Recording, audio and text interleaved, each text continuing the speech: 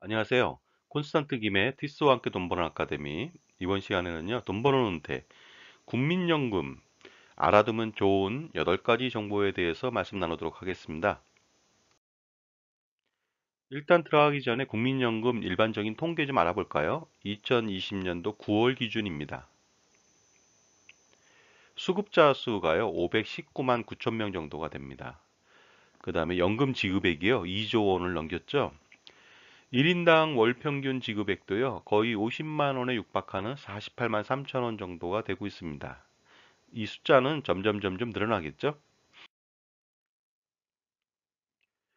지역별로 국민연금 그 월 평균, 월 1인당 받는 금액들을 한번 알아봤습니다.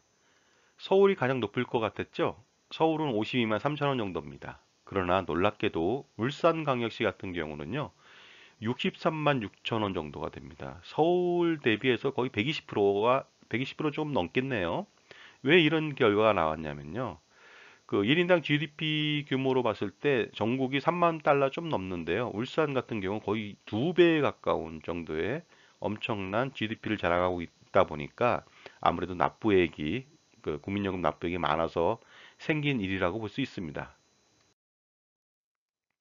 노령연금 받는 사람들을 남녀별로 연령대별로 좀 보여주고 있습니다. 당연히 남성분들이 더 많이 사회생활을 하고 활동을 하다 보니까 여성에 비해서 거의 2배 가까이 더 많은 수급자 분포를 보이고 있습니다. 그 다음에 연금 월 지급표를 좀 보시게 되면요. 빨간 것은 여자고 파란 것은 남자입니다. 여성 같은 경우에 그 월 평균 지급액이 40만 원 내외, 그 정도가 80만 명 정도 되죠. 그러면서 급격하게 떨어집니다. 60만 원, 80만 원 이렇게 됐을 위로 올라갈수록 그 이유는 바로 그 최초 사회 활동을 하면서 일정 시간 지나서 경력이 단절되는 경우도 있겠고 결혼을 하는 경우도 있다 보니까 그때 직업의 변화가 있는 것이죠. 직업을 그만두고 가정주부가 되는 경우가 많다 보니까 이렇게 그 국민연금액이 뭐 60만 원 이하인 경우가 많이 분포되어 있는 것을 볼 수가 있습니다. 거기에 반해서 남자 같은 경우에는 그 곡선이 완만하게 내려오고 있죠. 그래서 전체적으로 뭐 최고 180만 원까지 완만한 하향세를 보여주고 있습니다. 자, 알면 득, 모르면 독이라고 하는 생각으로 국민연금 정보에 대해서 알아보도록 하겠습니다. 국민연금 8가지 정보, 뭐 많이 있겠지만요. 그 중에서 제가 좀 선별해서 몇 가지만 좀 안내해 드리겠습니다. 첫 번째는요. 연금을 받고 있는 분들이 갑자기 목돈이 필요할 수가 있지 않습니까? 그럴 경우에 손을 벌릴 수가 없는데요. 국민연금에서도 대출을 해준다는 것입니다. 국민연금 바로 실버론이라고 하는 것입니다. 국민연금 실버론을 받기 위해서는요, 만 60세 이상 국민연금 수급자가 되어야 됩니다. 그러니까 뭐 수급 연령이 61세, 62세인 사람도 있겠죠. 60세부터 받은 사람도 있겠고요. 국민연금은 무조건 수급하고 있는 상태에서 국민연금 대출이 가능하다는 것이 되겠습니다.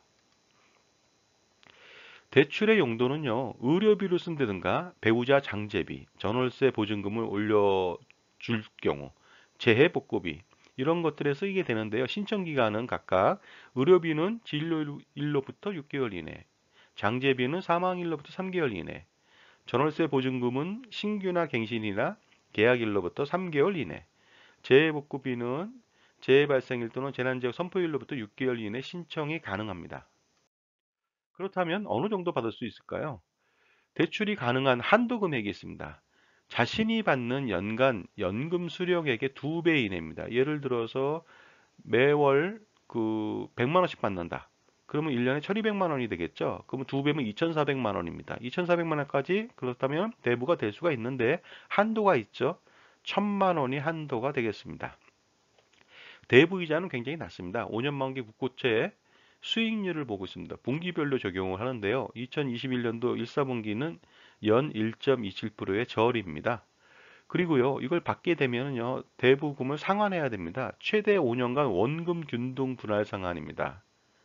물론 거치 기간을 1년이나 2년을 선택할 수가 있습니다. 따라서 2년까지 거치한 다음에 5년 동안 균등 분할 상환한다면은 최장 7년 동안 상환이 가능하니까 상환할 때 그 금액에 대한 부담은 없을 것 같습니다.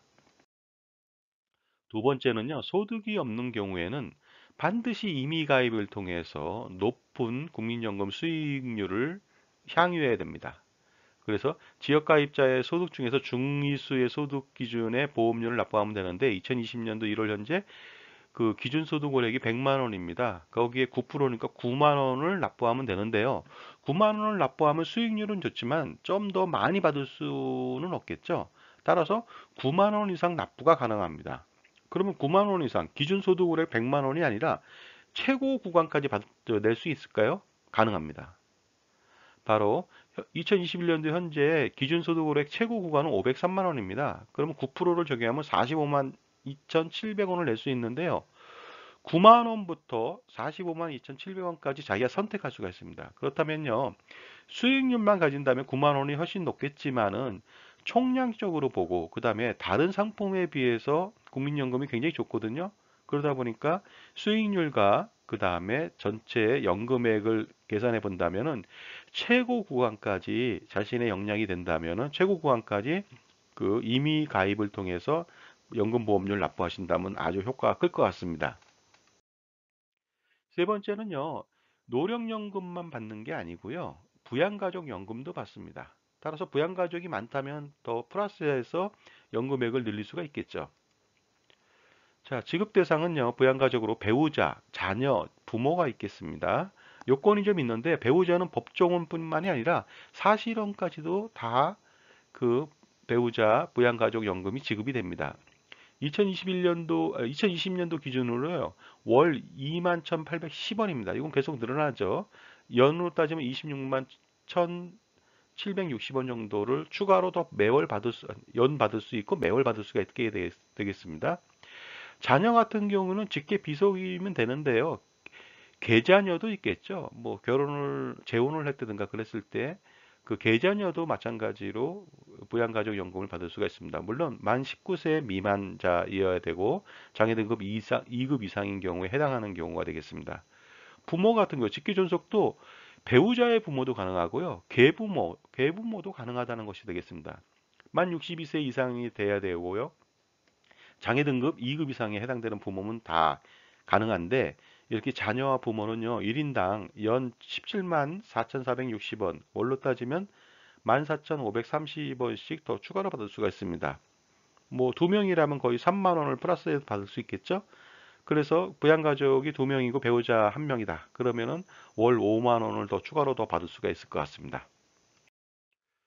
그 다음에 국민연금을 만약에 아내와 남편이 동시에 가입을 했다. 그랬을 때 과연 둘 다 받을 수 있을까? 여기에 대해서 의문점이 많은데요. 한번 알아보도록 하겠습니다. 부부가 각각 경제활동을 합니다. 아니면 이미 가입을 할 수도 있겠죠. 한 분이. 그럼 각자 가입을 할 수 있습니다. 그런데 나중에 연금을 받게 되면요, 각자 다 받게 됩니다. 모두 다 받게 되는데요. 중요한 것은 그 중에 한 명이 사망을 하는 경우가 있습니다. 사망을 하게 되면 노령연금을 받지 못하고 유족연금을 받게 되거든요. 따라서 그러면은 한 명이 사망하면 유족연금을 받을 것인가 아니면 자신의 노령연금을 받을 것인가 고민을 해야 되는데 그때는 비교를 해서 큰 금액을 받으면 됩니다. 따라서 한 명이 사망했다. 그러면 유족연금액이 책정될 거예요. 그거랑 본인의 노령연금 플러스 유족연금의 30%를 합친 거랑 비교해 봐요. 그래서 어느 것이 더 큰 것인가. 큰 것을 선택해서 죽을 때까지 연금을 받을 수가 있습니다. 중복급여는 또 이런 것도 있겠죠. 장애연금을 받는 사람들이 있어요. 근데 장애연금을 받아도 소득이 있다면 어떻습니까? 국민연금 계속 납부해야 됩니다. 그러면 이제 노령연금 개시가 되겠죠. 그때 장애연금을 받고 있던 사람은 노령연금도 도래가 됐기 때문에요. 장애연금하고 노령연금 둘 중에 큰 금액을 자기가 선택해서 받으시면 되겠습니다. 그 다음에 이런 경우도 있겠죠. 제3자의 행위로 사망해서 손해배상금을 수령했다 이거죠. 손해배상을 수령했습니다. 그렇게 된다면은 유족연금은 온전히 받을 수 있을까요? 유족연금은요, 그 손해배상금을 받은 범위 내에서 유족연금은 지급하지 않습니다. 왜냐면요, 그 국민연금은 사회보험의 성격이 좀 크다 보니까요, 그 이중적으로 추가적으로 더 그 받는 것에 대해서 배제하고 있다는 것이 되겠습니다. 다섯 번째는요, 그 국민연금을 납입하다가 외국으로 이민 가는 경우가 있습니다. 이럴 때는 어떻게 합니까? 당연히 반환 일시금이라고 해서 일시금으로 수령이 가능합니다. 그래서 일시금을 받으시면 되겠습니다. 여섯 번째는요. 과거에는 요새는 반환일시금을 못 받습니다. 그 반환일시금이라고 해봤자 그 가입기간이 10년 미만으로 뭐 60세 아니면 연금 도래 시기에 가입기간이 10년 미만일 경우는 연금을 하지 않고 일시금을 지급하거든요. 그럴 때 반환일시금을 받을 수밖에 없는데 과거에는 예를 들어서 5년만 납부하다가 결혼을 했다 이거죠. 그때 반환일시금을 주는 경우가 있었습니다. 근데 그때 받은 돈을 반납을 해보자 이거죠.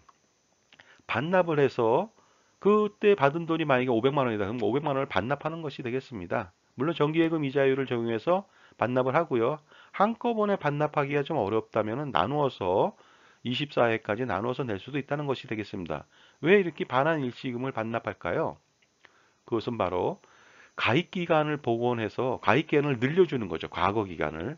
근데 그게 좋은 점이 뭐냐면요. 과거에는 소득대체율이 최고 70%까지 높은 기간이었거든요. 그 기간을 복원하기 때문에 연금액이 많아진다는 거죠. 현재는 뭐 그 소득대체율이 40%대 초반이고요. 앞으로 40%로 다운될 겁니다. 그렇다면은 앞으로 가입하는 것보다 예전에 가입한 것을 다시 복원한다면 훨씬 더 효과적으로 가입 기간도 늘리고 소득대체율도 높은 기간에 적용을 받을 수 있기 때문에 연금액을 최대로 많이 받을 수가 있을 것 같습니다.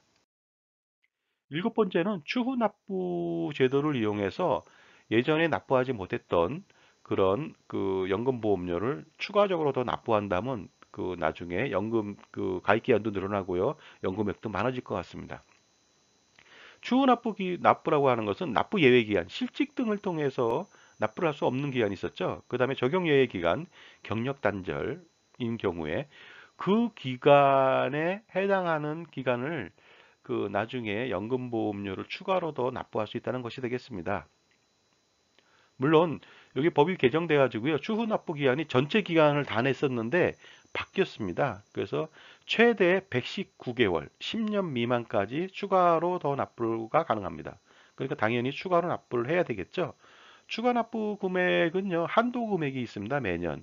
그래서 2020년도 기준으로 따진다면요. 21만 9,420원까지 추가 납부가 가능하니까 그 최고 금액으로 납부한다면 효과적이겠죠. 그래서 이것도 마찬가지로 그 추후 납부를 60회까지 분납이 가능합니다. 자, 여덟 번째는요, 분할연금이 있게 되겠습니다. 분할연금이라고 하는 것은요, 보시게 되면 배우자의 가입 기간 중 혼인 기간이 5년 이상인 자가 아래와 같은 요건을 모두 갖춘다면은 연금을 지급할 수가 있다는 것이 되겠습니다. 결혼을 해서 잘 살다가 이혼을 했다는 거죠. 근데 그 혼인 기간이 5년이라는 거예요. 5년 이상. 배우자와 이혼을 해야 됩니다. 배우자였던 사람이 노령연금을 받고 있어야 돼요. 그 다음에 분할연금 수급권자 본인이 60세가 되어야 됩니다. 물론 수급 연령이 높아진 사람은 62세, 63세가 될 수가 있겠죠. 따라서 배우자가 이혼하고 배우자였던 사람이 노령연금을 받고 자기가 그 노령연금 수급권 연령이 도달했다. 이 세 가지가 맞는다면은 바로 분할연금을 받게 된다는 것이 되겠습니다. 그러면 어느 정도 받을까요? 배우자였던 자의 노령연금액 중 혼인기간에 해당하는 연금액의 2분의 1을 받게 됩니다. 예를 들어서 결혼하자마자 연금을 냈어요. 그래서 뭐 30년을 살다가 연금을 받게 된다고 합니다. 30년 뒤에 또 이혼했다고 보면은 결혼기간 내내, 그 다음에 납부기간 내내 같이 살았잖아요. 그러면 2분의 1을 받게 됩니다. 그러나 그 2016년도 12월 30일 날 이후에 분할연금을 지급 사유가 발생한 경우에 대해서는요, 분할 비율을 당사자 간 협의 또는 법원의 재판으로 그 금액을 달리할 수도 있다는 것도 이해하시기 바랍니다. 자, 지금까지요. 국민연금 알아두면 좋은 정보 8가지 정보에 대해서 알아봤습니다. 좋은 정보가 되었길 바랍니다. 감사합니다.